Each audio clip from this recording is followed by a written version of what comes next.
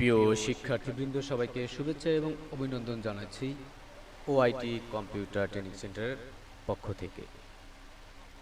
আপনাদের সাথে আমি রয়েছি মোল্লা ফারুক হাসান। আজকে আমরা একটা বিষয় একটু আপনাদের সাথে আমরা শেয়ার করব, যে টেলিফোনের যে লোগোগুলো আমরা অনেক সময় দেখি, নেট থেকে অনেক সময় এগুলো সংগ্রহ করা হয়। আসলে এই লোগোগুলো কিভাবে তৈরি করা হয় এই বিষয়টি আপনাদের সাথে শেয়ার করব। এজন্য আমি আগে থাকতেই অ্যাডোবি যে ইলাস্ট্রেটর যে সফটওয়্যার রয়েছে, আমি সেই সফটওয়্যারটি ওপেন করে রেখেছি। প্রথমে আমি রেক্টেঙ্গেল যে টুল রয়েছে, আমি একটি রেক্টেঙ্গেল টুল নিব। এটা আপনার ইচ্ছা অনুযায়ী আপনি যে কোনো সাইজ অনুযায়ী নিতে পারেন। বন্ধুরা দেখতেই পাচ্ছেন যে আমি একটা রেক্টেঙ্গেল টুল নিয়েছি। এবার আমরা চারদিকে চারটা দাগ দিব এবং এই কোণা থেকে এই কোণা একটি দাগ দিব, এই কোণা থেকে এই কোণা থেকে একটি দাগ দিব। এক্ষেত্রে আমি পেন টুলের সাহায্য নিব।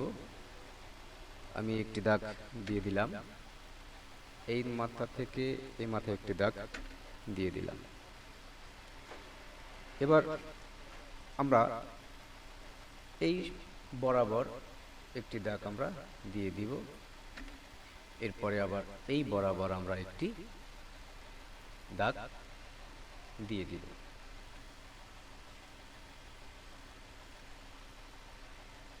তো আমাদের দাগ দেয়া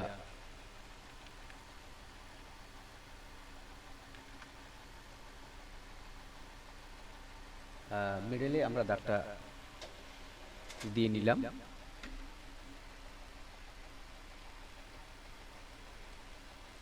এখন এই দাগের মধ্যে আমরা একটি বৃত্ত দিয়ে দিব, গোল বৃত্ত। এক্ষেত্রে আমরা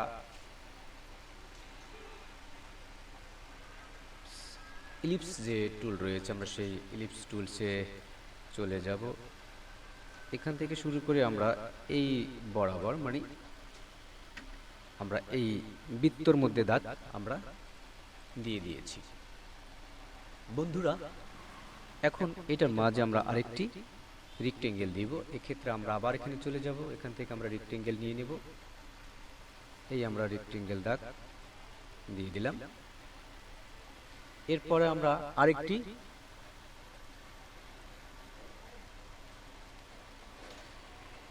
গোল বৃত্ত দিয়ে দেব। সেক্ষেত্রে আমরা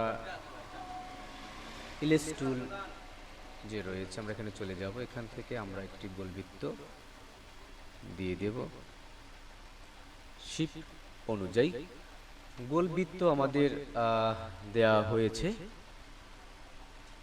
এখন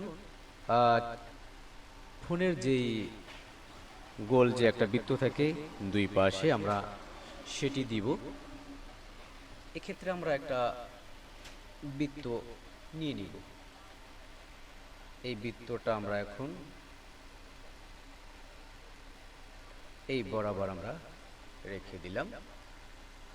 একটু জুম করে নেই।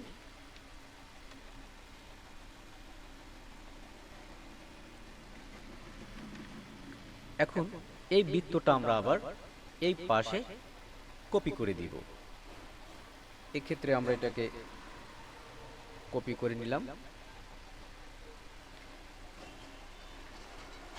তো আমাদের কপি করা হয়ে গেছে। এখন পলিগন যে টুল রয়েছে, আমরা এটাকে মাউসের লেফট সাইড ক্লিক করে আমরা উপরে 5 এবং নিচে 5 দিয়ে দিব। দেখতে পাচ্ছেন এখানে ছোট একটু আসছে, এটাকে আমরা একটু বড় করে নিব। বড় করে আমরা এটাকে এদিক টান দিয়ে দিব, এটাকে একটু বড় করে দিই এবং এটাকে এই দাগে মিলাই দিব এবং এটাকে আমরা এই দাগে মিল করে দিব।